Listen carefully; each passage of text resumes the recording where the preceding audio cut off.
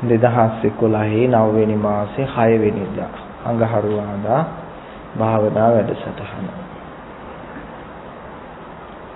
නිවනේ ස්වභාවයන් පිළිබඳ පින්නතුන් දන්නවා. ඒ කරුණු පිළිබඳ හොඳ දේශනාවකට තමයි ඒ අහුම්කම් දුන්නේ. නිවනේ ස්වභාවයන් පිළිබඳ. ඒකට බොහෝ දෙනෙක් නිවන් දකින්න ඕනේ, නිවන් සප ලැබේවා කියලා ප්‍රාර්ථනා කළාට නිවන ස්වභාවය මොනවද කියලා හරි තේරුමක් නැහැ ගොඩක් දෙනෙකුට.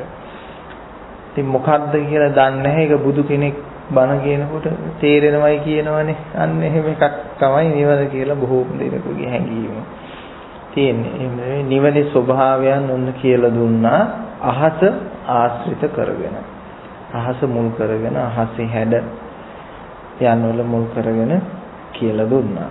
ඒ අනුව දැන් ඉතින් නිවනට පාත්‍ර වෙන්න, එහෙම නැත්නම් ඒ ලෝකෝත්තර ධර්මයට පාත්‍ර වෙන්න, නිවනට පත් වෙන්න තමයි මේ වැඩසටහන අපි පවත්වන්නේ. නිවන් දකින්න. එහෙම නැතුව බණහාර ගිහිල්ලා වෙන කාලෙකදී දකින්න එහෙම නෙමෙයි. මේ මොහොතේ හෝ මේ ධර්මයේ මෙනෙහි කරන ඕනම මොහොතක ඒ නිවන් ධර්මයේ අවබෝධ කරගන්න. ඒ නිවන් ධර්මයේ මට්ටම් කීයක් තියෙනවද? 4ක් තියෙනවා. මාර්ගඵල 4ක් තියෙනවා. එතකොට ප්‍රාථමික මට්ටමේ අවබෝධයක් ලැබුවයි කියලා රහතන් වහන්සේ කෙනෙක්ගේ ගුණ පහළ වෙන්නේ නැහැ. හැබැයි ප්‍රාථමික මට්ටම කියලා කියන්නේ මොකද්ද? සෝවාන් මාර්ග ඵලය. ඒ ඵලයටපත් වුණාම වරප්‍රසාද ගොඩක් හම්බ වෙනවා. ප්‍රධාන වරප්‍රසාදය තමයි 4 අපාය යන්නේ. සුගතිගාමීත්වයේම විතරයි. ඒ කියන්නේ Tamanට කැමැතිසේ රිසිසේ සසර සැරිසරන්නට පුළුවන් මහ බලයක් ලැබෙනවා. එතෙන්දී පැහැදිලි කරන්න පුළුවන් Taman මනස තමන්ගේ කරගත්ත කෙනෙක්. තමන්ගේ මනස තමන්ගේ කරගත්ත කෙනෙක් Tamanට හසුරවන්න පුළුවන් කෙනෙක් බවට පත් වෙලා තියෙනවා. මනසේ අයිතිවාසිකම් කියන කෙනෙක් බවට පත් වෙලා තියෙනවා. මනස දකින්න කෙනෙක් බවට පත් වෙනවා. ඒ නිසා යාට මේ සසර ලොකු වරප්‍රසාදයක්, ලොකු දෙයක් තියෙනවා. ඒක සමත භාවනා කියලා තියෙනවා. මේ සමත භාවනාවන් වල කරන්නේ හිත සෞම්‍ය කරනවා, සැහැල්ලු කරනවා, සහනයටපත් කරනවා, ඒකාග්‍රතාව කරනවා, ප්‍රීතිමත් බවටපත් කරනවා. ඒව තියෙනවා. සමත භාවනාවකේ ලක්ෂණ තියෙනවා. ඒව උදා කරගන්න කෙනෙකුට පුළුවන්. ඒකත් බොහෝම උපකාරකයි. සංසුන් මනසක් තිබුණොත් ඒකත් උපකාරකයි. දැන් විදර්ශනා භාවනා කියලා කියන්නේ ඒකේ වචනේම බලන්න තියෙන අරුත විමර්ශනය කිරීම. විමර්ශනය කිරීම. එතකොට එදා විමර්ශනයේට භාජනය වීම තුලින් තමයි, කිරීම තුලින් තමයි හැම රහතන් වහන්සේ නමක්ම, රහත් මෙහෙණින් වහන්සේ නමක්ම ලෝකේ පහළ වුණේ. විමර්ශනය. දැන් විමර්ශනය තමයි අඟුලිමාල හාමුදුරුවන්ටත් මුලින්ම ලබා දුන්නේ. ඔබ නතර වෙන්න මම නතර වෙලා ඉන්නේ. ඔබ නතර වෙන්න මම නතර වෙලා ඉන්නේ කිව්වා. ඒ කියන්නේ ඔබ නතර වෙන්න මම නතර වෙලා ඉන්නේ කියලා කිව්වහම ඇවිදින ගමන් කියපු කතාව මොකද්ද කියලා කල්පනා කරන්න පටන් ගත්තා. ඒකට කියනවා විදර්ශනා කරනවා කියලා. එතකොට අපිට බුදුදහමේ නිවන් දකින්න වොමනා කරන්නේ නුවණ. ඒකනේ පඤ්ඤාවන්තස්ස අයන්නම්. හෘදය නෙමෙයි, සංවේදීතාවේ නෙමෙයි. දැන් ගීතයක් අහනකොට අපි නුවණ නෙමෙයි යොදවන්නේ. මොකද්ද යොදවන්නේ? සංවේදීතාවය. විඳින්න, ඒක රසය විඳින්නයි යොමු කරන්නේ.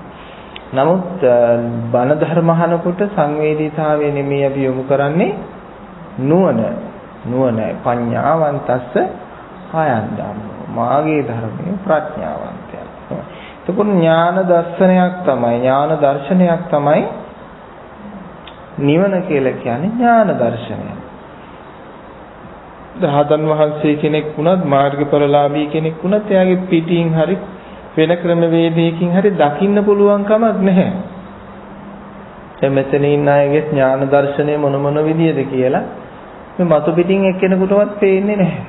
එක් එක් තරාතිරමේ එක් එක් ප්‍රමාණයේ එක් එක් කුසල ශක්තියින් වල තමයි ඥාන දර්ශනය තියෙන්නේ. ඒකට ඥාන දර්ශනයක් තමා විසින්ම තමන්ගේ මනස නුවණ නිර්වුල් කර ගැනීමක් තමයි නිවන් දකින්න කියලා අපි කරන්නේ. එතකොට අපි නිවන හැටියට පැහැදිලි කරන්නේ අසංකත ධර්මය. අසංකත කියන්නේ මොනවද? සංකේත නැහැ. අසංකත. සංකේත කියන්නේ මොනවද? සංකේත කියලා කියන්නේ හැම දෙයක්ම මේ ලෝකේ තියෙන සංකේතයක්. වර්ණයක් කියන්නේ සංකේතයක්. ශබ්ද සංකේත තියෙනවා. ගන්ධ සංකේතයක් ලබා දෙනවා. රස සංකේතයක් ලබා දෙනවා. ස්පර්ශය සංකේතයක් ලබා දෙනවා. දැන් අපි ස්පර්ශයේ සංකේත කියන්නේ මොනවද? සිලිඳු නම් සිලිඳුයි, ගොරෝසු නම් ගොරෝසුයි, රස්නේ නම් රස්නේ, සීතල නම් සීතලයි කියලා සංකේතේ. මොකද්ද සංකේතේ? සීතලයි. රස්නේ නැහැට ලැබෙනවා දුර්ගන්ධයි, සුගන්ධයි, දිවට දැනෙනවා සිත්තයි, කනි රසයි. ඇහැට දැනෙනවා සංකේතේ ලස්සනයි, අවලස්සනයි. ඒ වගේම හැඩයක්, ස්වરૂපයක්, වර්ණයක් අපිට ගෙනල්ලා දෙනවා, සංස්කාරයක් ගෙනල්ලා දෙනවා. එතකොට ඒකට කියනවා සංකේත. අසංකත සංකේත නැති. එතකොට සංකේතයක් තියෙන හැමතැනින්ම වේදනාවක් ගලාගෙන එනවද නැද්ද? අනිවාර්යයෙන්ම සංකේතයක් තියෙන තැනකින් වේදනාවක් ගලාගෙන එනවා. මේ වේදනාව ප්‍රභේදීය වෙන්න පුළුවන්, සුඛ දුක්ඛ කියලා බෙදෙන්න පුළුවන්. එතකොට අසංකත තැනක, සංකේතයක් නැති තැනක වේදනාවක් ගලාගෙන එයිද හිතට? වේදනාවක් ගලාගෙන එන්නේ නැහැ. සුඛ වේදනාවක් ගලාගෙන එන්නේත් නැහැ, දුක් වේදනාවක් ගලාගෙන එන්නේත් නැහැ. එතකොට හිතට ඇති වෙන්නේ ලොකු සහනයක්, ලොකු සැහැල්ලුවක්. ඒ නිසා නිවන් දැකපු උතුමෝ සැප විඳින්නෙත් නැහැ, දුක් විඳින්නෙත් නැහැ. සැපෙනුයි දුකිනුයි දෙකෙන්ම නිදහස් වෙලා ඉන්නෝ. වේදනාවක් නැහැ, පිච්චිල්ලක් නැහැ, මොනම ආකාරයකින්වත් මානසික දැවීමක් නැහැ ඒ උතුමන්ට. අන්න ඒ தත්ත්වයට තමයි අපේ මනස පමුණවා ගැනීම සඳහා, අපි ඥාන දර්ශනය උදා කර ගැනීම සඳහා ඒ අතින්ත්‍ය ධර්මය, අනන්ත වූ ධර්මය, නිමාවක් නැති ධර්මය පිළිබඳව නුවණ යොදවන්නේ, ඒ පිළිබඳව පරේක්ෂණය කරන්නේ, ඒ தත්ත්වයට අපේ මනස මුදවා හරින්න, එහෙමත් නැත්නම් අපේ මනස එතෙන්ටපත් කරවන්න තමයි අපි මේ උත්සාහ කරන්නේ. මොකද්ද අපේ උත්සාහය? දැන් මනස වැරදි තැනකයි ඇලිලා තියෙන්නේ. මනස ඇලිලා තියෙන්නේ අස කන නාසය දිව ශරීරයේ මන කියනා වූ ඉන්ද්‍රියන් 6. එතකොට එතනින් ගලවලා තමයි අපි අර නිවනේ මනස පිහිටවන්නට උත්සාහ කරන්නේ. දැන් මේ තියෙන උත්සාහය මොකද්ද? මේ ඉන්ද්‍රියන් 6ට ඇලිච්ච මනස ගලවන්නයි අපි මේ උත්සාහ කරන්නේ. ඉතින් තමන්ම බලන්න ඕන, තමන් ඇලිලා ඉන්නේ රූපවලටද, ශබ්දවලටද, ගන්ධවලටද, රසවලටද, ස්පර්ශවලටද, සිතුවිලි මනෝ සංකාරවලටද, ඒ වයින් හටගත්ත අනේකාකාර කෙලෙස් ධාමයන් තියෙනවා නම් බලන්න ඕන. බලලා ඒ කෙලෙස් ධාමයන් තුලින් තමන්ට බාධාවක් ඇති වෙන හැම ක්ලේශයක්ම අපි මැඩපවත්වන්නට ඕන. ඒක හරියට මේ වගේ. දැන් ගමනක් යනකොට මුහුණට එනවනන්නේ වාහනයක්, ඒ වාහනෙට අග්ගාලා අයිනට වාහනේ හරවලා ගන්නෙ. එහෙම නැතුව මේ ඈත තියෙන වාහන ඇඟට එනවයි කියලා හිතාගෙන වාහනේ අයිනට ගන්නෑ. එහෙම නැත්තම් පාරේ වාහන තියෙනවයි කියලා වාහන පදවන්න නැතුව ඉන්නෙත් නෑ. තේරුණානේ? එතකොට මම එයින් අදහස් වෙන්නේ මට කෙලෙසයක් එනකන් කියලා බලාගෙන ඉන්නෙත් නෑ. දැන් වාහනයක් පදවන කෙනෙක් බලාගෙන ඉන්නවද මේ වාහනයක් ඇඟට එනකම්ම? එන්නේ. ඒ වගේ අපිට හමු වුණු තැනදී බාධාවක්, ඒ බාධාවයි බිඳලන්නේ. එහෙම නැතුව බාධාවල් හොයාගෙන යන්නේ නැහැ. බාධාවල් බලාපොරොත්තුෙන් ඉන්නේ නැහැ. ඒ මොහොතේදී අපි මේ හොයාගෙන යන නිවනේදී ගමනේදී යද්දී, හොයාගෙන යද්දී, ඒ අවස්ථාවේදී අපිට පැමිණෙන බාධාවයි අපි මඟ හරින්නේ. එහෙම නැතුව වෙන ඈතදී අනාගතයේ තියෙන බාධාවල් වලට නෙමෙයි මේ ඒවි කියලා බලාපොරොත්තු වෙනවත් උන දෙයක් වෙනුවෙන්වත් නෙමෙයි අපි ක්‍රියා කරන්නේ. එතකොට හිතේ කෙලෙස් නැහැ කියලා, හිත සංසුන් කියලා නිවන් අවබෝධ වෙන්නේ නැහැ. තමන් අර තමන්ගේ තියෙන මමත්වය එහෙම නැත්නම් සක්කාය දිට්ඨිය බිඳහැරලාන තුරුම තමන්ට නිදහස නැති වෙනවා. ඒකට සක්කාය දිට්ඨිය බිඳලාන්න පුළුවන් ශක්තියක් ලෝකේ තියෙනවා. සක්කාය දිට්ඨිය පෝෂණය කරන්න පුළුවන් ශක්තියක් ලෝකේ තියෙනවා. මේ ශක්තියින් දෙක හොඳට අඳුන ගන්න. සක්කාය දිට්ඨිය බිඳලාන්න පුළුවන් අසංකත, අවේදීක, විමුක්තිදායක, අසඤ්ඤත ධර්මයට පුළුවන්. සක්කාය දිට්ඨියට ඒක ලබා දුන්නාම සක්කාය දිට්ඨිය පෝෂණය කරන්න බෑ. එතකොට සක්කාය දිට්ඨිය පෝෂණය කරන්න පුළුවන් සංයත, සංස්කාරක, වේදනා, විඥාන මේ ඇති ධර්මතාවයන් වලට පුළුවන්කම තියෙනවා සක්කාය දිට්ඨිය පෝෂණය කරන්න. සක්කාය දිට්ඨිය රූප, ශබ්ද, ගන්ධ, රස, ස්පර්ශ, සිතුවිලි කියන හයෙම පෝෂණය වෙනවා. එතකොට අපිට මේ සක්කාය දිට්ඨිය ඒ බලය අඩු කරන්න පුළුවන්කම තියෙන්නේ රූප නිරෝධයෙන්, ශබ්ද නිරෝධයෙන්, ගන්ධ නිරෝධයෙන්, රස නිරෝධයෙන්, ස්පර්ශ නිරෝධයෙන් සහ සිතුවිලි වල සංඥා නිරෝධයෙන්. ඒ කියන්නේ මානසික චේතෝ විමුක්තිය. චේතනා කර්ම සිඳලීමෙන් තමයි අපිට පුළුවන්කම තියෙන්නේ මේ සක්කාය දිට්ඨිය දුර්ලභ. මේක මාර බලවේගයක්. මාර බලවේගය වුණාට අපිට පක්ෂපාතී. මාර බලවේගයක් තමයි පක්ෂපාතී. කොහොමද පක්ෂපාතී කියන්නේ? අපි කැමති මොකටද? ඒ ඕනම දෙයකට මනසක් කැමති වෙනවා. ඒක තමයි අපිට පක්ෂපාතී කියන්නේ. නමුත් ඉතින් අපි කැමති වෙන දේ ඕනම දෙයකට අපි කැමති වෙනවා නම් අපි හිතන්නේ යා හොඳ කෙනෙක් කියලානේ.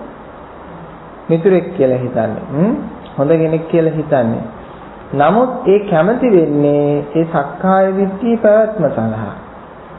ඒකට අපි නිවන් දකින්න කැමති වුණාම අන්න එතෙන්දී නම් මායя නිහඬ වෙනවා.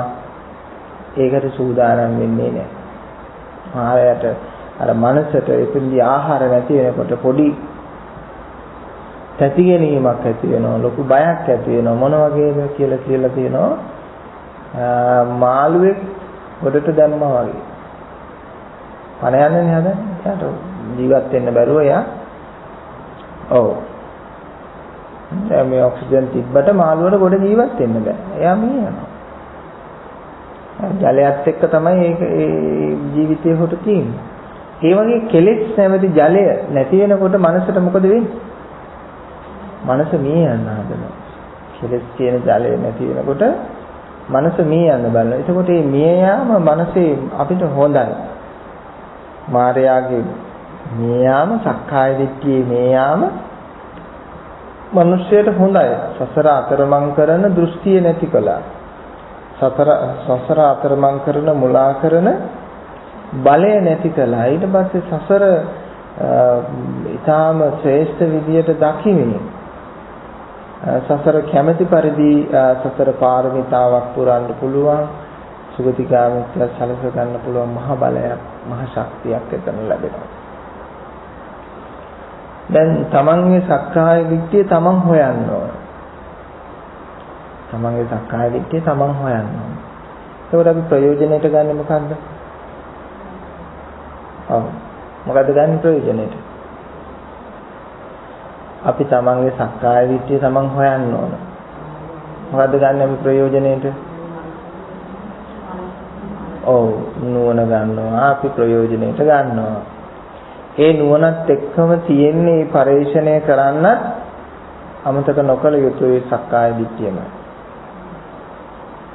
සක්කාය දිට්ඨිය පරිශ්‍රණය කිරීම සඳහා යොදවාගන්නේ සක්කාය දිට්ඨියම තමයි තියෙන්නේ. වෙනන් දෙයක් නෙමෙයි. එතකොට අපි තේරුම් ගන්න ඕන මේ මොහොතේ මම පාවිච්චි කරන්නේත් මේ සක්කාය දිට්ඨිය.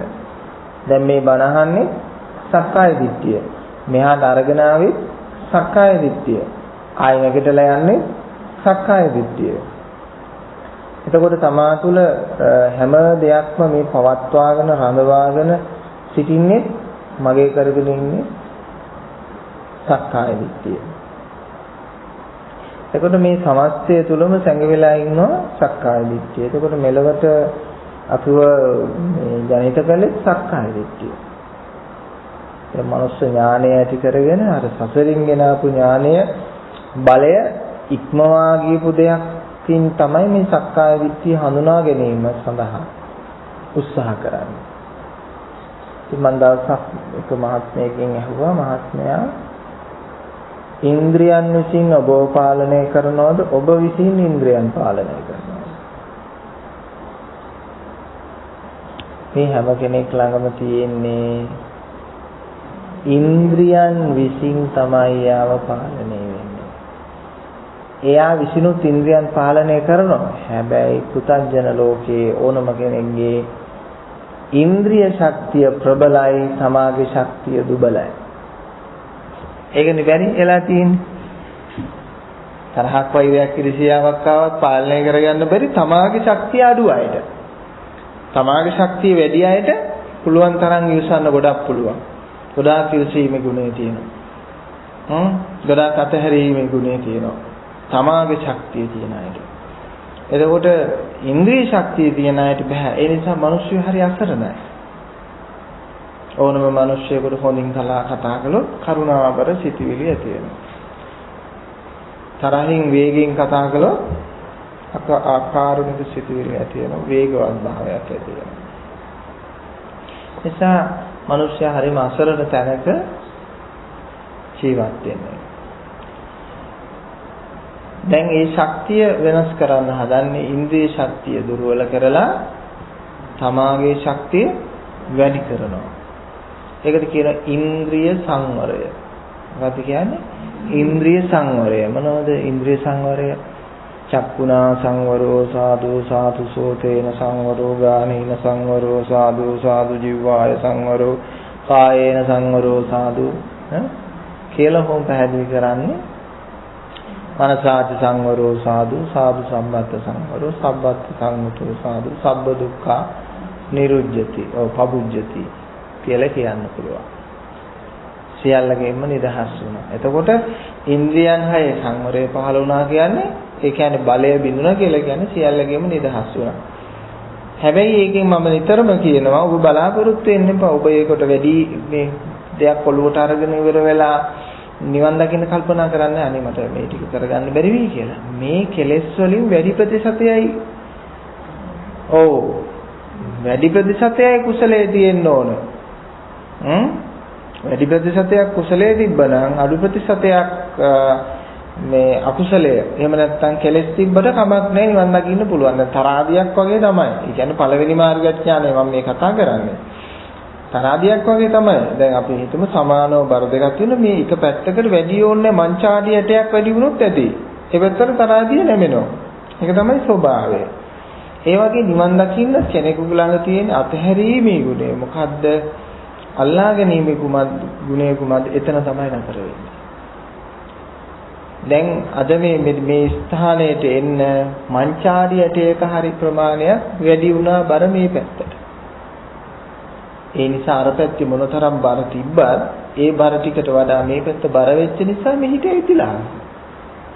ඒ වගේ නිවනට ඇවිදලා යන මිනිස්සේ මොකද්ද?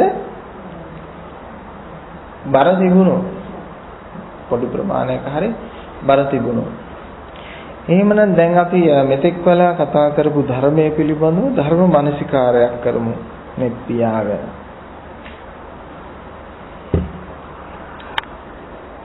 අසංඛාරික තැන තමන්ගේ මනස පිහිටවන්න බලන්න.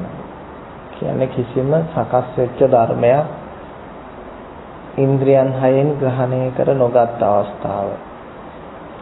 අනන්තයේ හිත පිහිටවන්න බලන්න. අසීමාන්තික තැන හිත පිහිටවන්න බලන්න. අවිඥානික තැන හිත පිහිටවන්න බලන්න. සුඛ දුක්ඛ උපේක්ෂා අතීත අනාගත වර්තමාන නැති අවස්ථාව අවිඥානික අවස්ථාව. අකාලික තැන හිත පිහිටවන්න බලන්න. අතීත අනාගත වර්තමාන කියන තුන් කාලෙම නැති අවස්ථාව. අකාලිකයි.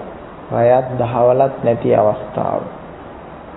අකාලිකයි. අන්න ස්ථානයේ සිත පිහිටවන්න බලන්න. නිර්භය සියලු අතහැරීම් අතහැරලා සියලු බැඳීම් අතහැරලා අතහැරීමට කිසිවිටක බය නොවි ධර්මය අවබෝධ වීම තුළ සියල්ල යහපත් වනවා කියන විශ්වාසයෙන් පූර්ණ අතහැරීමකින් අකාලික අවස්ථාවේ සිත පිහිටවන්න.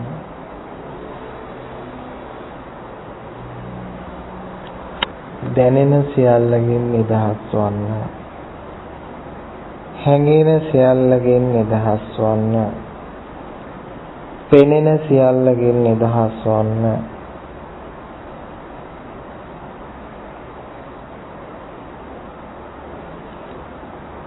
නිදහස් වීමෙන්ද නිදහස් වන්න.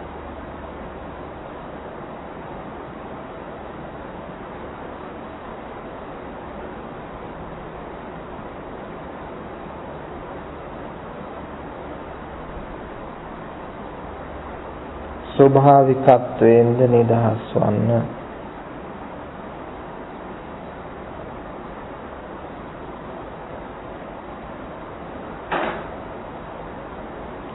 සැපෙන්ද නිදහස් වන්න. දුකෙන්ද නිදහස් වන්න. උපේක්ෂාවෙන්ද නිදහස් වන්න.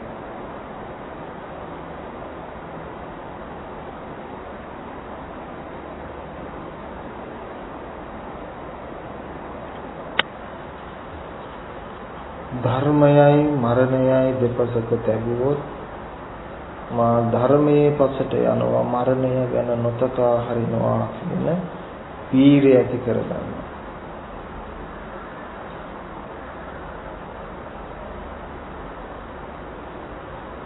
ධර්මයයි මරණයයි තැබුවොත් මා මරණය නොතකා ධර්මයේ පසට යනවා කියන වීරිය ඇති කරගන්න.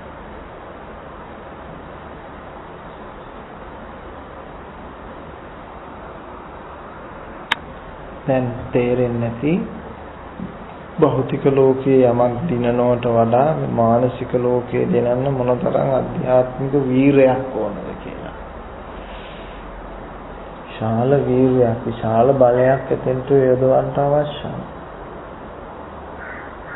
ඉතින් කායිකව සිදු කරන වීරය ගැන නෙමෙයි, මෙතන මානසිකව සිදු කරන වීරය. කෙලෙස් තවන වීරයෙන් යුතුව ඉදිරියට ඇදෙන්න ඕන. කෙලෙස් කියලා කියන්නේ නීවරණ ධර්ම, නිවන වහන ආවරණය කරන, එහෙමත් නැත්නම් බාධා කරන කියන ධර්මතා එනවා. එතකොට ඒවයි රැඳෙන්නේ නැතුව ඉස්සරහට යනවා.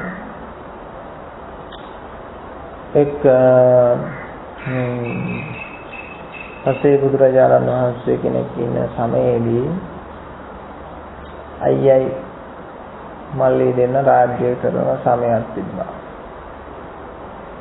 මල්ලි මේ පසේ බුදුරජාණන් වහන්සේගෙන් ගිහිල්ලා ඇහුවා ස්වාමීනි මට මේ රාජ්‍ය ලැබෙන්නේ කවද්ද කියලා.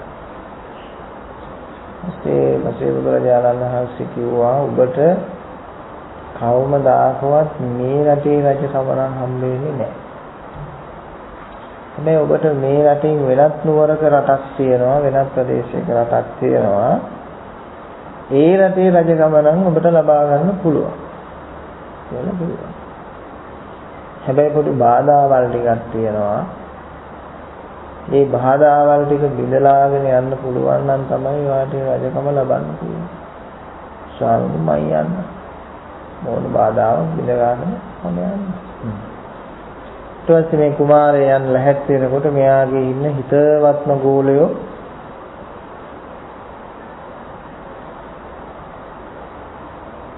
පිරිසක් එකතු වුණා. 6 දෙනෙක්. එයයි 7ක්. ඒගොල්ලෝ කුමාරයෝ ඔබ යනවා නම් අපිත් ඉඳලා ගන්න. ඔබ යන දිශාවකට රාජ්‍යයකට අපිත් එනවා කියලා සූදානම් වුණා. ඉතින් මද දුරක් යනකොට බොහොම ලස්සන මිහිරි මල් වතු බොහොම පිනවන තත්ත්වයේ දේවල් තියෙන ප්‍රදේශයක් හම්බ වුණා. දැන් ඉතින් තාපසතුමා කිව්වනේ මේ පසේ බුදුරජාණන් වහන්සේ කිව්වනේ මෙන්න මේ වගේ බාධක ටිකක් තියෙනවා ඒවා ඒ නතර වෙන්නේ නැතුව ගියොත් තමයි ඔබට නිවන් දකින්න පුළුවන්. මෙන්න එහෙම නැත්නම් මේ රාජ්‍යයට රජකමටපත් වෙන්න පුළුවන් කියලා. එතකොට එතෙන්දී කරවලේ දැන් එතන ඉඳලා යනකොට එක්කෙනෙක් අඩුයි. මල්ලකට අර එක්කෙනෙක් අර මල්වත් නතර වෙලා. ඊට තව දුරක් යනකොට ඕම ලස්සනට වීණා වයන නේද බොහොම සංගීත බටනලා මේ වයන පිරිස ඉන්න මේ ප්‍රදේශයක් අම්මා. ඒ ප්‍රදේශي පහු කරලා යනකොට තවත් එක්කෙනෙක් අඩුයි. ඊට පස්සේ තවත් ඉස්සරහට යනකොට බොහෝම සුවඳවත් මිහිරි සුගන්ධයන් හමන බොහොම ලස්සන ප්‍රදේශයක් හම්බ වෙනවා. මල් සුවඳවල් තියෙනවා. ඉතින් එහාට යනකොට තවත් එක්කෙනෙක් අඩුයි. ඊට පස්සේ තවත් ප්‍රදේශයක් යනකොට බොහෝම රස මිහිරි ආහාර පාන උයල පියලා දෙන දන්සල් දෙන ප්‍රදේශයක් හම්බ වුණා. ඒ ප්‍රදේශයෙන් එනකොට තවත් කෙනෙක් අඩුයි. තවත් ප්‍රදේශයක් යනකොට බොහෝම සැප පහසුකම් ඇති දියුණු රාජ්‍යයක් හම්බ වුණා. පළාතක් හම්බ වුණා. එතනින් තවත් එක්කෙනෙක් අඩු වුණා. ඊට පස්සේ තවත් තැනකට යනකොට බොහෝම ලස්සන මවා පෑව වගේ හිතන පතන දේ ලැබෙන බොහොම ලස්සන ප්‍රදේශයක් ශාස්ත්‍රීය ප්‍රදේශයක් ලැබුණා. ඒක මනස වගේ මන ඉන්ද්‍රිය වගේ එක. ඒ ප්‍රදේශයෙන් උච්චාරකට තවත් එක්කෙනෙක්. දැන් අවසානයේ කුමාරයා විතරයි. දැන් කුමාරයා විතරක් දැන් ඒ 6 පහු කළාන්න මදි. දැන් ඊට පස්සේ ගිනි කාන්තාරයක් හම්බ වෙනවා. මේ කාන්තාරේ යොදුන් 7ක් දිග. හැතැම්ම 16ක් කියනනේ යොදුන. ඒ විදිහට යොදුන් 7ක් දිග. දැන් ආයෙන දිග කාන්තාරය. දැන් මේක තරණය කරනවා.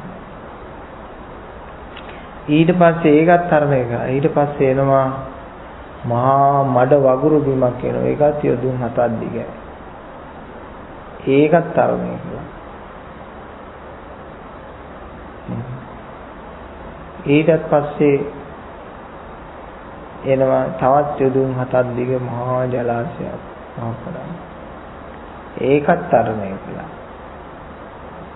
ඊට පස්සේ එනවා කටු වැල් සහිත කැපුණොත් කඩුවකින් කැපුවාසේ ඇඟ කැපෙන ගස් ඇති ප්‍රදේශයක් එනවා. ඒ යොදුන් 7ක් පහ කළා. ඊට පස්සේ ගොර මිරන් මහා හඬ පතුරෝමි මහා වැහි වහින ප්‍රදේශයක් හම්බ වුණා. ඒ ප්‍රදේශෙන් යන්න ඕන තවත් ඒකත් පහු කරගෙන ගියා. ඊට පස්සේ රජෙක් හොයනවා. ඒක රාජ්‍යයක රජෙක් නැතුව රජෙක් හොයන රටක් තියෙනවා. හැමෝම මම රජකමට සුදුසුයි කියලා පොරබදන ඔය පුටුවට. ඊට පස්සේ දැන් මෙච්චර වීරයක් යොදාගෙන මෙච්චර දුරක් ඇවිල්ලා මට මහන්සි මට ඔය රජකම කරන්නත් බෑ. ස්වභාවයෙන් ලැබෙනවා නම් ඒ දේ ලැබෙවි කියලා කල්පනා කරලා මේ කුමාරයා පැත්තකින් වාඩි වෙලා ඉන්නේ. ඒකට රජවරයෙක් තෝරන ඒ හස්ති රාජයා ඇවිල්ලා මේ මල් මාලි මේ කුමාරයාගේ කරට දානවා. ඊට පස්සේ රාජ්‍යයේ රජ වෙනවා. ඉතින් ඔන්න ඔය වගේ තමයි නිවන් දකින්නේ. ඔය බාධක ටික වගේ ජය ගන්න පුළුවන් වීරයක් තියෙනවා නම් තමයි යාට නිර්වාණ භූමියට ඇතුල් වෙන්න පුළුවන්. ඇතුලේ ලොකු බලයක්, ලොකු වීරයක් තියෙන්න ඕන. ශක්තියක් තියෙන්න ඕන. ඒක ලෝකාධිපත්‍ය රජකමට වඩා අගය කළපු එකක් තමයි සෝවාන් මාර්ගඵලය කියන්නේ. පළවෙනි මාර්ගඥානය කියන එක ලෝකාධිපත්‍ය රජකමට වඩා. ඒ කියන්නේ අපි හිතනවා නම් රැජින හරි ඔබාමා හරි කියලා ලෝකේ ඉන්න නේද? ලොකුම රාජ්‍යත්වය ඊට වඩා වැඩි. රැජින වුණත් වැඩක් නැහැ. සෑඩ් මූඩ් දාගෙන ඉන්න වෙලාවල් තියෙන්නේ නේද? ඒ රැජින වුණත් වැඩක් නැහැ. දුකෙන් ඉන්න වෙලාවල් තියෙනවා. ඔබාමා වුණත් දෙගුණයක් වයසට ගිහිල්ලාලු ජනාධිපතිකමටපත් වුණාට පස්සේ. ඒ මානසික ආතතිය නිසා.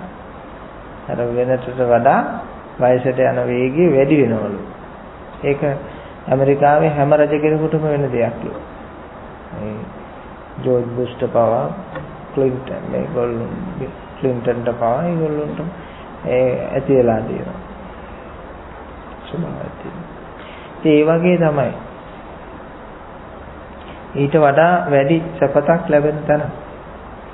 නිසා මහත් වීර්යයෙන්, මහත් උනන්දුවෙන්, මහත් කැපවීමකින්, මහත් පරිශ්‍රමයකින් මේක කරන්න තියෙනවා. සම්පූර්ණ නුවණේ ක්‍රියාදාමයක් පමණයි. දැන් මොකවදාවත් කියලා නෑනේ ඔබේ අර භෞතික දේ බාධාවක් මේ භෞතික දේ බාධාවක් කියලා නෑ අපි. භෞතික කිසිම දෙයක් ඔබට බාධාවක් නෙමෙයි. ඒක ඇති වුණත් ප්‍රශ්නයක් නැහැ, නැති වුණත් ප්‍රශ්නයක් නැහැ. නැති වුණයි කියන්නේ සුදුසුකමකුත් නෙමෙයි, ඇති වුණයි කියන්නේ සුදුසුකමකුත් නෙමෙයි. ඒක භෞතික දේ භෞතික දෙයක්. අධ්‍යාත්මික දේ තමයි ඔබ හදාගන්න ඕන. දර්ශනය තමයි හදාගන්න. ඒ වගේම හිතේ ආශාවල් නැති කරගන්න නෙමෙයි, නිර්වාණය සොයාගෙන යන්න. නිර්වාණය සොයාගෙන යනකොට හිතේ ඒවට තියෙන බැඳීම් වල ප්‍රතිශතය අඩු වෙනවා. නැති වෙනවා. එතකොට යම් ආකාරයක ඇදබැඳ දමන තත්ත්වයක් තිබුණොත් පමණක් ඒව ගලවා හරිනවා. අපි ඉස්සරහට ඇවිදගෙන යද්දී කටුවිත්තක් පැටලුණා. හැන්දනේ අපි මොකද කරන්නේ? අපි ඒක ගලවලා දාලා යනවා. එහෙම නැතුව මේ කැලේම තියෙන කටුවිදි කපන්න යන්නේ නැහැ.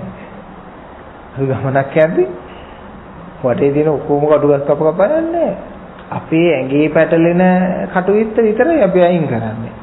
ඉතින් අපේ ඉන්න දැනට ඉන්න උපාසක මෑණිවරු හිතාගෙන ඉන්නේ තාත්තලා හිතන් ඉන්නේ මේ කැලේම තියෙන කටුගස් කපන්න ඕන කියලා. එහෙම නැහැ.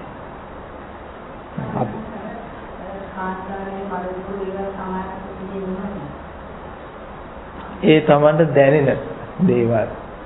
දැනෙන දේවල්. දැන් බලන්න කාන්තාරයක් හවියසට ගියාට පස්සේ මේක දැන් තරණය කරන්නයි තියෙන්නේ කියලා හිතුනට පස්සේ මොකද හිතෙන්නේ?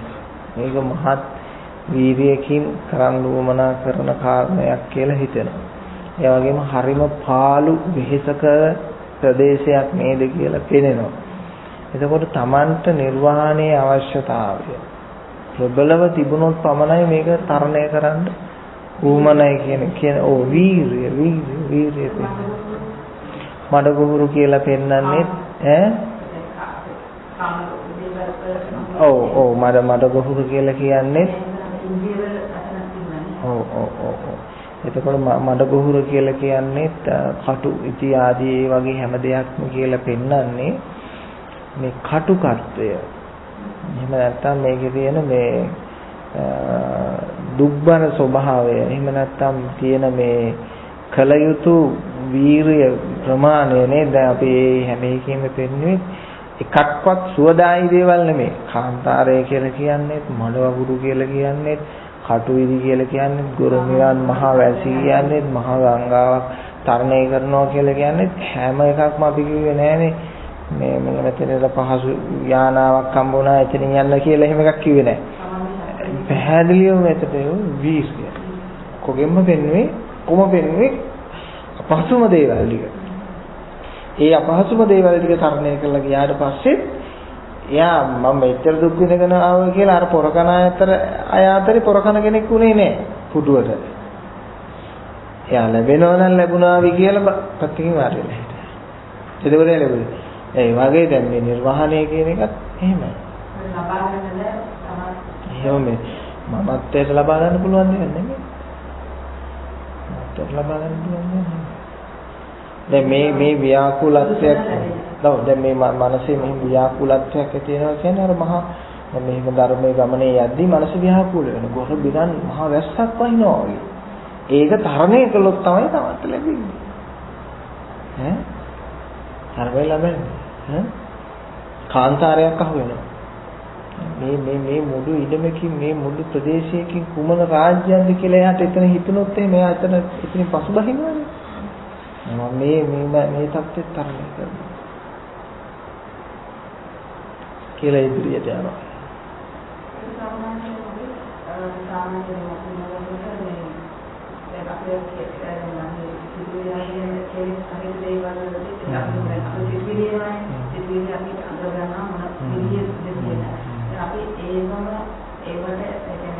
ඒවම බල ඉන්න එක නෙමෙයි කරන්නේ. ඒව හොඳයි පාලනය වෙන හොඳයි. නමුත් ඒව බල ඉන්න එක නෙමෙයි කරන්නේ. නිවන කියන්නේ කුමක්ද? කිං සත්‍ය ගවේෂී. නිවන කියන්නේ මොකක්ද? හැමදෙස්සෙම නිවන කියන්නේ මොකක්ද කියන එකයි පරීක්ෂණය කරන්න ඕනේ. ඒකට නිවන පුළුවන් තරම් ඔළුවට කැඳ ගන්න ඕන. ජීවිතේට එකතු කර ගන්න ඕන. ලබා ගන්න ඕන නිවන කියන එක. දැන් අපිට තාම ඇවිල්ලා නැහැ. ඒක නිවන කියන එකේ ස්වභාවය අඳුරනවා නම් ඒ ස්වභාවය ප්‍රත්‍යක්ෂ කර ගන්න බලන්න ඕන. ඒ ස්වභාවය ප්‍රත්‍යක්ෂ කර ගන්න බලන්න. ඒ කියන්නේ මම සිටින්නේ නිවන පැත්තේද දැල් වෙන පැත්තේද? ඒකට ඔබ දැල් වෙන පැත්තේ ඉන්නවනම් නිවන පැත්තට මාරු වෙනවා. ඒක නිවන පැත්තේ ඉඳගෙන බලන්න, අසන්න, ගඳ සුවඳ විඳින්න, රස විඳින්න මේ ජීවත් වෙන්න පුළුවන්ද කියලා බලන පැත්තට එන්න ඕනේ. දැන් නිවන පැත්තේ ඉඳන් බැලුවොත් දැන් ඔබ මේ දැවෙන පැත්තේ ඉඳන් බැලුවොත් මේක දිහා පේන විදිය එකක්. නිවන පැත්තේ ඉඳන් බැලුවොත් මේ වටාත්ත පේන විදිය එකක්. දැන් අපි ඒක විග්‍රහ කරමුකෝ. දැන් දැවෙන පැත්තේ ඉඳන් බැලුවොත් මොකද පේන්නේ?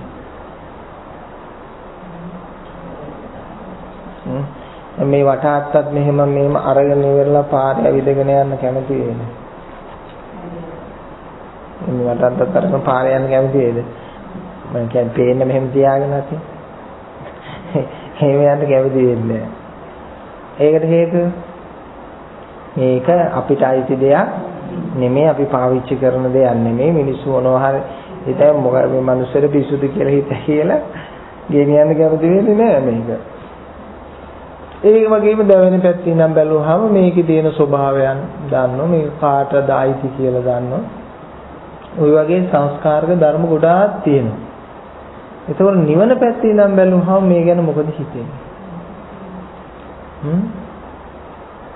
නිවන පැත්තේ ඉඳන් බැලුවාම මොකද හිතෙන්නේ? එයා මේක දිහා බලන්නේ ඇසකුත් නැති රූපයකුත් නැති තැනින්. බලන්න හොඳට කල්පනා කරලා බලන්න. ඇසකුත් නැති රූපයකුත් නැති තැනින් බැලුවාම මොනවද පේන්නේ? මොකද පේන්නේ? ඔව් රූපයකුත් නැති තැනින් බැලුවාම මොකද වෙන්නේ? මොකද පේන්නේ? වැරදි. උත්තරේ වැරදි. කිසිවක් නැහැ කියන එක පේන්නේ නැහැ.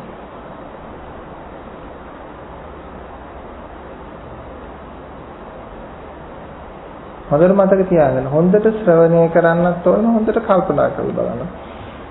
මේකදී ඇසකුත් නැති රූපයකුත් නැති තැනින් බලන්න කිව්වා. ඉස්සලා තෝරා ගන්න ඇසකුත් නැති තැනින් බලන්න. රූපයකුත් නැති තැන බලන්න. ඇසකුත් නැති රූපයකුත් නැති තැනයි බලලා කියන්න ඕන. එතකොට පේන දෙයි මම අහන්නේ. එහෙම නැතු රූපේ නැතුව ඇස කීද්දි විතරක් නෙමෙයි. ගැඹුරු දෙයක්.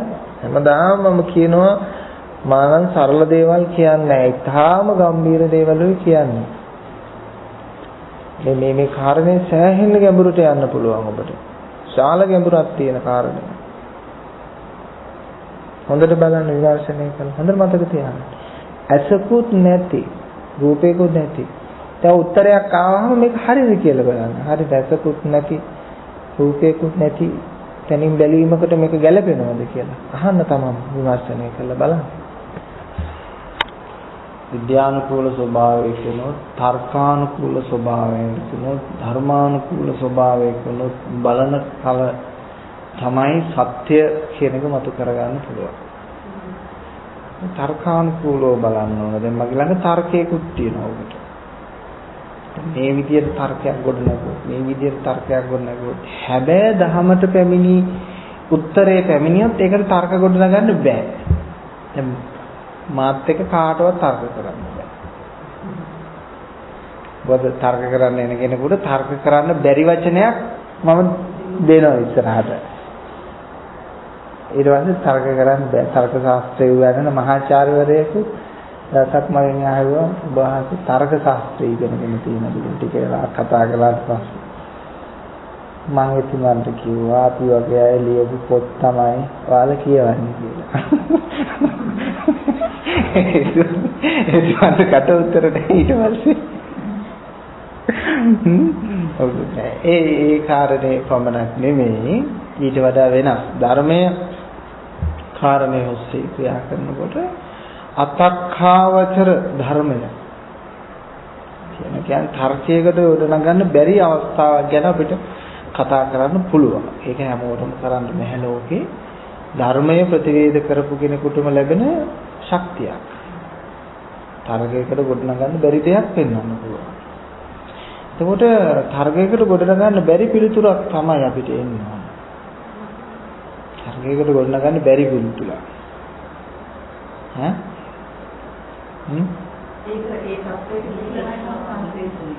ඒ තත්ත්වයට ගියාම තමයි ඒ තත්ත්වයට පැමිණෙන්නට උපකාරක ධර්මයක් හැටියට තමයි මේ පරිශ්‍රණය අපි දෙන්නේ. මේ පරිශ්‍රණ අවස්ථාවකදී ඔබට ධර්ම අවබෝධය ලැබෙන්න පුළුවන්. මොහොතකදී ඔබ සියල්ල ඉක්මවා යන දර්ශනයට ඉන්ද්‍රියන් 6ම ඉක්මවා ගිහින ලෝකේ බලන දර්ශනයටපත් වෙන්නට පුළුවන්. මොකද එහෙම මේ ශාසන ඉතිහාසයේ තියෙනනේ ධර්ම ශ්‍රවණය කරද්දිම මාර්ගඵලයටපත් වෙනවා. ධර්ම විමර්ශනය කරද්දිම මාර්ගඵලයටපත් වෙනවා. බලන්න ධම්මපද එහෙම කියවල මේ ගාථාව ඇසීමේ මේ මානවකයා සෝහාන් උනාය, සකුදාගාමි උනාය, අනාගාමි උනාය කියලා සඳහන් වෙලා තියෙනවා. ඒ නිසා ධර්ම විමර්ශනයක් කරන්න ඕනේ. නේද මෑණියනි? කරන්න ඕනේ නේද? ආ එහෙම කරන්න ඕනේ. ඉතින් ධර්ම විමර්ශනය කරන්න ඕනේ.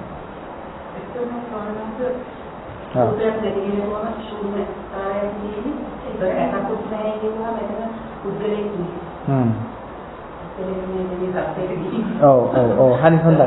දර්ශනය හොඳයි. කියන්න බෑ. හරි. විගලෙක් නැති දර්ශනයක්, හොඳයි රූපයක් නැති දර්ශනයක්. එතකොට මොනවද පේන්නේ? පුජ්‍යලයක් නැති ශූන්‍යතාවය කියලා ඒ වචනයක් යොදන්න පුළුවන් මෙතනට. ඔව්. තව නෑ තර්ක නෑනේ දැන් ගොඩක් තර්ක බින්දිනවනේ. එතකොට තර්ක බින්දිනවා. ඒ නිවැරදි උත්තරේ ලැබෙනකොට තර්ක ගොඩ නගන්න බෑ. වචන ඉක්මවා යනවනේ. වචන ඉක්මවා යනකොට ඉන්ද්‍රිය විශේෂ ඉක්මවා යනකොට තර්ක ගොඩ නගන්න බැරි වෙනවා.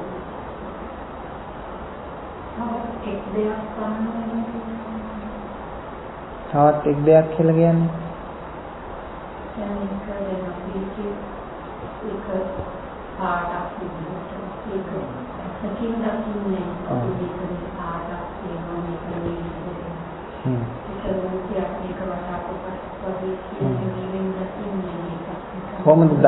කොහොමද දකින්නේ?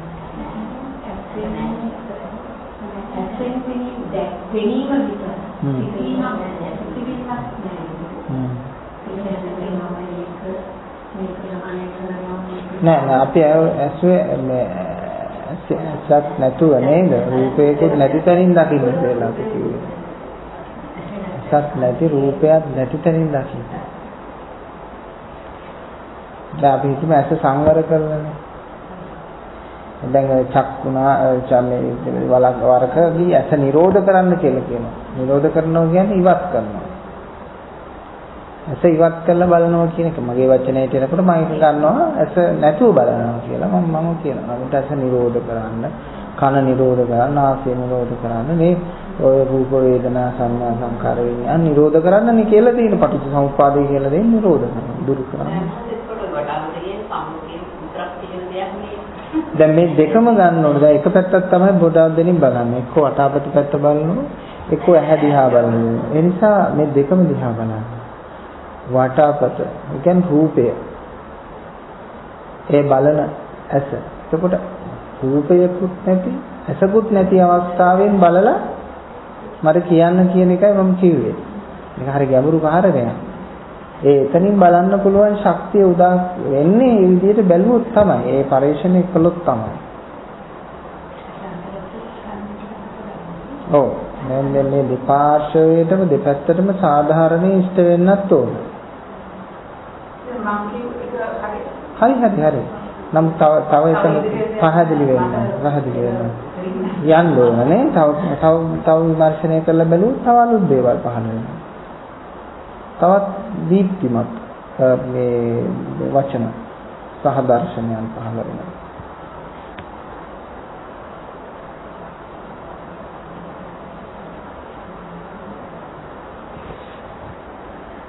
ඔය ඇවිල්ලා තියෙන මඩ ගොහුරු කාන්තාර ගොර විරන් මහ වරුසා ඔය ඇවිල්ලා තියෙන්නේ. දැන් ඕව තරණය කරන්න ඕන. දැන් සැප නැහැ. තියෙන්නේ මඩ කාන්තාර කටු කැල දැන් ඔය පහු කරන්න වෙලා තියෙන්නේ. ඔය පරේෂණයේ යෙදෙන්නේ ඒ වගේ දෙයක්. මේ සිතිවිලිත් එක්ක මේ සංකල්පත් එක්ක පොරබදමින් මේ දර්ශනය සොයනවා කියලා කියන්නේ කටු කැලයක් වලින් යනවා වගේ වැඩක්. හැම පැත්තෙම කැපෙනවා. මහ වීරයක්, මහ නුවණක්, මහ සැලකිල්ලක් යුතුව යන දුර්ලභ මනුෂ්‍යයා බවට පත් වෙනවා.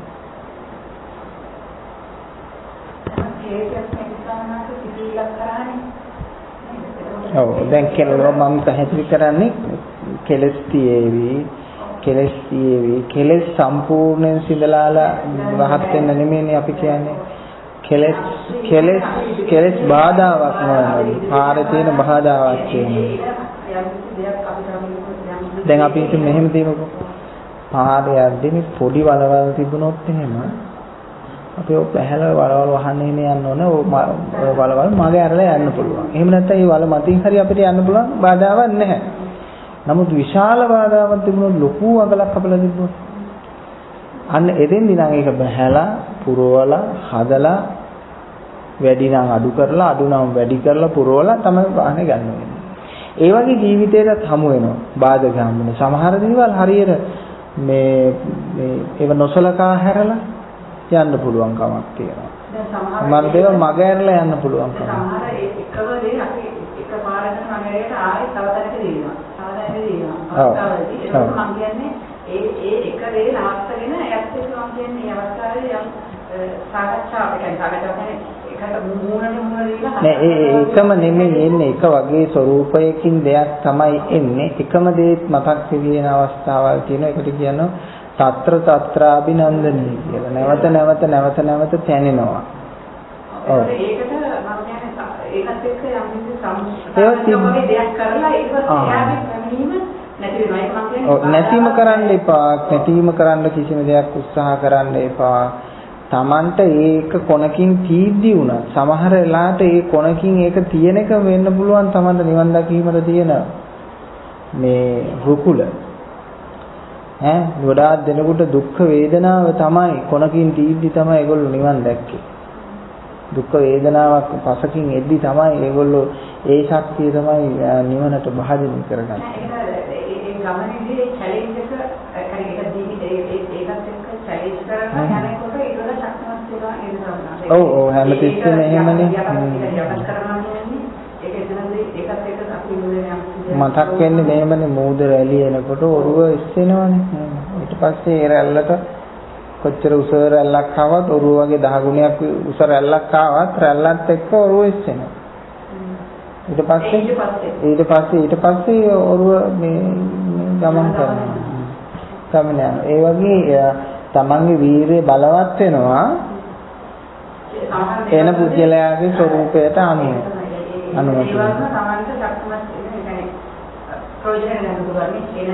ඔව් ඒ හැමේ මේ මොහොතේදී ඒ දේ මේ මා සොයාගෙන යන නිර්වාණය සොයාගෙන යන ගමනේදී බාධාවක් නම් අධ්‍යාත්මික වශයෙන් ඒක බාහිර වශයෙන් ගිහිල්ලා වෙනස් කරන්න ඕනේ නැහැ. අධ්‍යාත්මික වශයෙන්ම ඒක පරාජය කරගෙන යන්න පුළුවන් ශක්තිය තමයි තියෙන්න ඕනේ. ඒක ආදීනවේ බලන්න පුළුවන්. නිස්සාරත්වයේ බලන්න පුළුවන් නේද? ඒක ඒ විදිහට බලනකොට අපිට අනිවාර්යෙන් මේ දේවල් ඉවත් කරගෙන යෑමේ හැකියාව ලැබෙනවා. මට වුණ සිද්ධිය තමයි මමත් ඉතින් බණ අහනකොට හිත සැහැල්ලු වෙනවා. හොඳයිනේ. ඒ සැහැල්ලු වෙනවා සතියක් විතර හොඳින් ඉන්න පුළුවන්. ආයේ මේකට හිතේ ආයි අසංසුන් බවක් ඇති වෙනවා. දැන් මෙහෙම තියෙනකොට ඉතින් කල්පනා වෙනවා දැන් මෙහෙම ඉඳි හරිසි මලෝ ධර්මවෝධයතරෝ මලොත් මොකද වෙන්නේ? මෙහෙම බෑ. ඒ නිසා මම ඉක්මනින්ම ධර්මවෝධය කරගන්න ඕනේ කියන අදහසින් වීර්යයට මහන්සි වෙනවා. එතකොට අපිට පුළුවන්කම තිබුණා මාර්ගඵලයක් අතහරින්න පුළුවන්කමක් තිබුණා. මාර්ගඵල හැමෝටම තියෙනවනේ. ඵල හැමෝටම තියෙනවා. මෙතෙන්දි වෙන්නේ ඵල අස්ත. ඵලයක් අස් කරලා දැම්මා. නමරා ඉන්නේ මේ ඵල අස්ත ගාව ලැබෙනවා මොනවා හරි කියලා. එක ඵලයක් ලැබුවා. මොකද්ද ඵලය? සක්කාය දිට්ඨිය ඵලය නැති කරා. සක්කාය දිට්ඨිය ඵලය ලැබුවා. ඒකවල මොකවත් නැහැ. ලැබිච්ච දෙයක් නැහැ. ඒ නිසා මාර්ගඵල ලැබලා නැහැ මම. ඒක අනිවාර්යෙන් කියන්න බෑ තැන් වල ගිහිල්ලා ආමුදුර මාර්ගඵල ලැබලා කියනයි. ඒ කියන්නේ මම බොරු කියලා මම කියන මේ ටේප් එක දාලා පෙන්නන මේ බලන්න මම දැන් කියලා දෙන්නේ නැහැ කියලා. වෙන්නන ඔය බොරු කියලා දෙන්නේ කියලා. ලැබලා නැහැ. අත්තරලා තියෙන අයින් කරලා තියෙන. ඒක තනතුරක් නෙමෙයි. තිබිච්ච තනතුරක් තිබුණු මාන්නය තිබුණු උද්දච්චකමක් එතන නැතිලා යන්නේ. තනතුරු එතන නැහැ. ආර්ය භූමියේ කොහෙත්ම තනතුරු නැහැ. ආර්ය භූමියේ සියලු දෙනාම එක හා සමානයි. එක හා සමානයි කියන්නේ අසම සමයි. අසම සමයි. ඥාන දර්ශනය. දැන් ඔයත් උනත් ධර්ම අවබෝධය කරගත්තොත් ඒ ආර්ය ශ්‍රාවකෙක් බවට පත් වෙනවා. බුද්ධ පුත්‍රයෙක් බවට පත් වෙනවා. බුදුහාමුදුරුවෝ අද ජීවමානව ශරීරයෙන් නැතත් ඒ අපටිම බුදුරජාණන් වහන්සේගේ ඒ ඉතිහාසයේ බුදුරජාණන් වහන්සේ වැඩ සිටි බුදුහාමුදුරන් පුත්‍රයෙක් බවට පත් වෙනවා. ඒක මොනතරම් සතුටක්ද? බුදුහාමුදුරන් නෑකම් කියන. දැනට පුතඥයන්ට නෑකම් කියන්නේ බුදුහාමුදුරන්ට නෙමෙයි. කාටද නෑකම් කියන්නේ? මාරයා තාත්තා කරගෙන ඉන්නේ. මාරයා තාත්තා කරගෙන ඉන්නේ. මනස යට වෙලා මනසට රැවටිලා ඉන්නකොට මාරයා තාත්තා කරන් ඉන්නේ. තව දූල තුන් දෙනෙකුත් ඉන්නවනේ. ඒගොල්ලෝ තමයි යාළුවෝ, එහෙලියෝ. කවුද? සංහා, රති, රාගා. ඔය ඉන්නේ යාළුවෝ තුන් දෙනා. මොඩම ඉන්නේ යාළුවෝ තුන් දෙනා. ඒගොල්ලන්ගේ නැටුම් බල සංගීතය අහා ඉන්න පුළුවන්.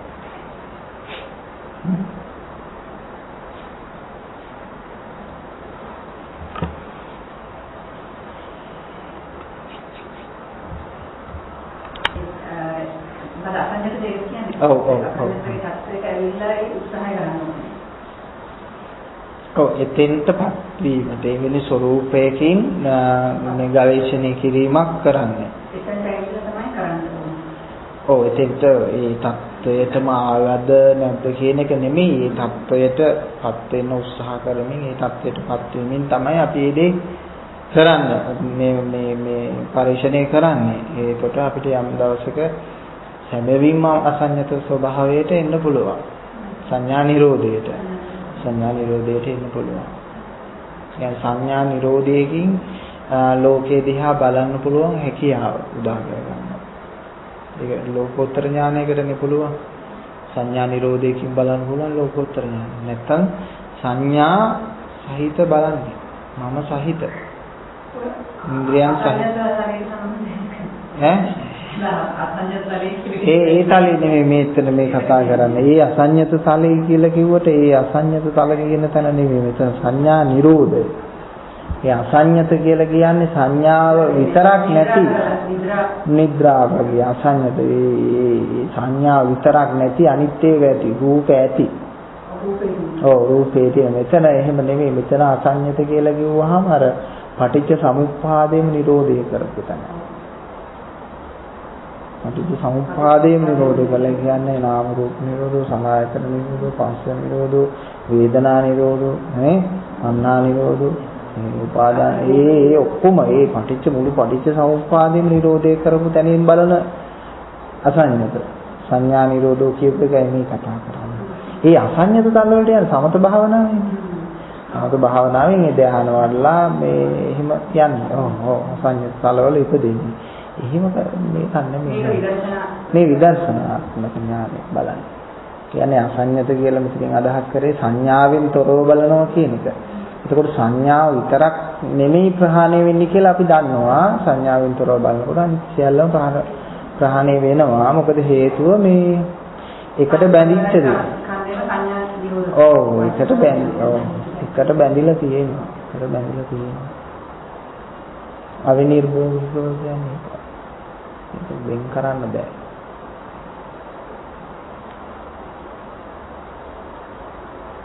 අපි දෙන මේ ප්‍රායෝගික ක්‍රම ඔබට පුළුවන්කම දෙන ඇස ඉක්මවන්න මන ඉක්මවන්න හේතුකාරකයක් බවට පත් වෙනවා.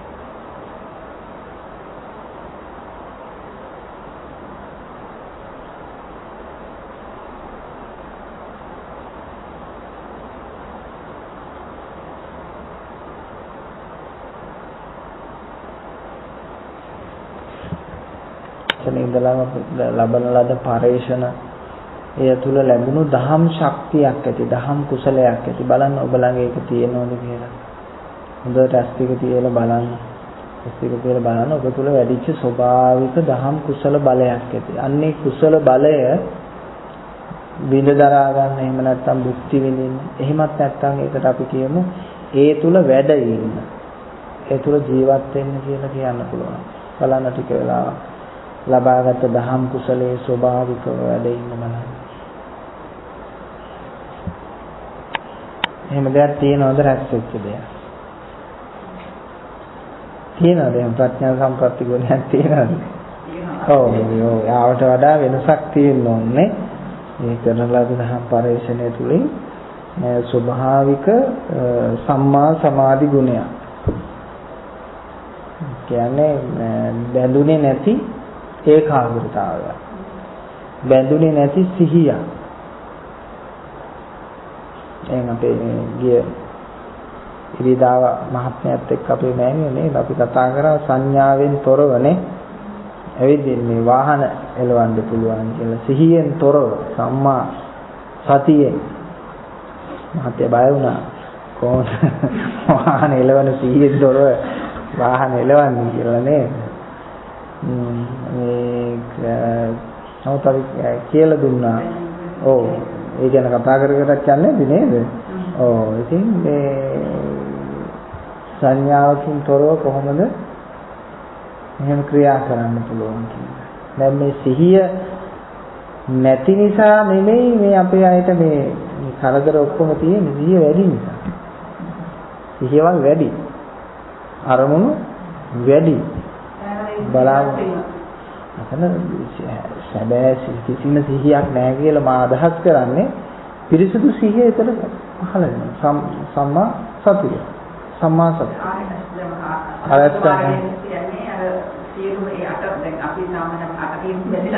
අටින් බෑ අන්න හරි ඒ අටෙන්ම නිදහස් වීම නිදහස් වුණාම තමයි නිවැරදි වෙන්නේ දැන් බලන්න සම්මා දිට්ඨි දෘෂ්ටි නැත්තම් තමයි නිවැරදිව පේන්නේ ලෝකේ. දෘෂ්ටිගතව බලුවොත් එහෙම ඒකපාර්ශ්විකවනේ පේන්නේ. සම්මා සංකප්ප.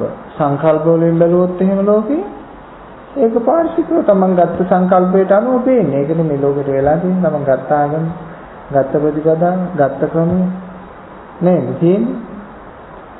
සම්මා සංකප්ප.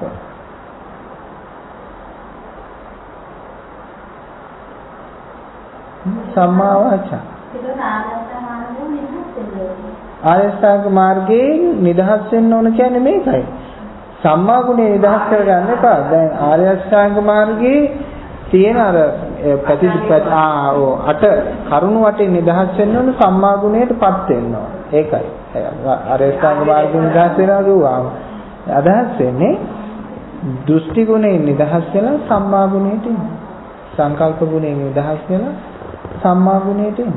වචන ගුණේ නිදහස් වෙලා සම්මා ගුණයට එන්න. ඒ විදිහට අටම එච්චරයි. එතකොට සමාධියක් නැති තැන තමයි නියම සමාධිය තියෙන්නේ. ඔව් අල්ලගත්ත දෙයක් නේ. සමාධියක් නැති තැන තමයි නිවැරදි සමාධිය තියෙන්නේ. දැන් එතකොට මේ ලෝකේ ජීවත් වෙන සාමාන්‍ය තලයේ මිනිසුන්ට සමාධි තියෙන්නේ. ඒක ඇවිල්ලා සම්මත අපි ඒවත් සම්මා කියන්නේ උදදින ලබන නම් සියම් සත්‍යයකට අපි ඒ වැඩි වලින් නැතුව යකට ආවා කියලා ආවම පිටර සක්කාය විද්‍යාවක් තියෙනවානේ. කාටද? ඒ කියන්නේ මේ බුද්ධයා ජීවිතේ සක්කාය විද්‍යාව කියන්නේ ඒ කියන්නේ අපි එහෙම පිළිසුදු සත්‍යයකට ආවා වුණත් පැහැදිලි සත්‍යයකට ආවා වුණත් අරගatti කොහොමද සක්කාය දිට්ඨිය හොයාගන්න. මේක ආශ්චර්යමත් ධර්මයක්. ඔය කියන ඔය පිළිවෙත් හොයාගෙන යනකොට ඒක අවබෝධ වෙන්නට තමයි උපකාරක වෙන්න තමයි අපි මේ කරුණ කියන්නේ.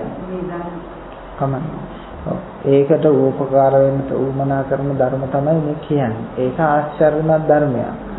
දැන් මේ චූලපන්තකහම වලවන්ට මේ පිරිසුදු වේවා කියලා රෙදි කැල්ලක් දුන්නා මේක කළා හොද්ද නැතුව. ඇහුවේ මේක ඇහුවේ නෑ මේක නෙකලාම් සක්කාය දිට්ඨිය නැතුව යයිද කොහොමද මේකෙන් සක්කාය දිට්ඨිය අහුවෙන්නේ එහෙම මොකක් කතාවක් නෑ අහපු හොඳයි නමුත් මේ කියන පිළිවෙත කරගෙන යන්න ඒකට උපකාර වෙන පිළිවෙත් තමයි අපි දකිමින් ඔබට මේ දෙන්නේ ඔබට තියෙන්නේ මේවා ආශ්චර්යමත් දෙයක් මේක ඇහැට පෙන්වන්න බැරි ඉන්ද්‍රිය විශයක් කරන්න බැරි දහම මහා ප්‍රාතිහාරයක් මේ ධර්ම අවබෝධය කරගන්න කියන එකයි ධර්ම දේශනා කරනවා කියන එක. ධර්ම දේශනා කරනවා කියන්නේ මොනවා හරි අතීත කතාවක් කියලා දෙන එක ධර්ම දේශනාවක් නෙමෙයි. ඒ ඔබේ කතන්දරයක් පමණයි. ඒවට කියන්නේ බණ කියලා. බණ කියලා හරියන්නේ නැහැ. සද්ධර්ම දේශනයක් බවට පත් කරන්න පත් කරගන්න පුළුවන්කම් තියෙන්නේ. මේ විදිහේ පරිශ්‍රණයක් කියන්නේ. මේ නිසා මේ පෙන්නපු දේවල් ඔබ හොයන්න පරිශ්‍රණය කරන්න ගවේෂණය කරන්න මේ ගවේෂණය කිරීම තුළින් අර ලෝකෝත්තර ශක්තිය වර්ධනය වෙලා ඔබට ඊටාම ළඟදීම මේ ධර්ම අවබෝධය කරගන්න හැකියාව ලැබෙයි. මේ හැම දිනකටම තෙරුවන් සරණයි.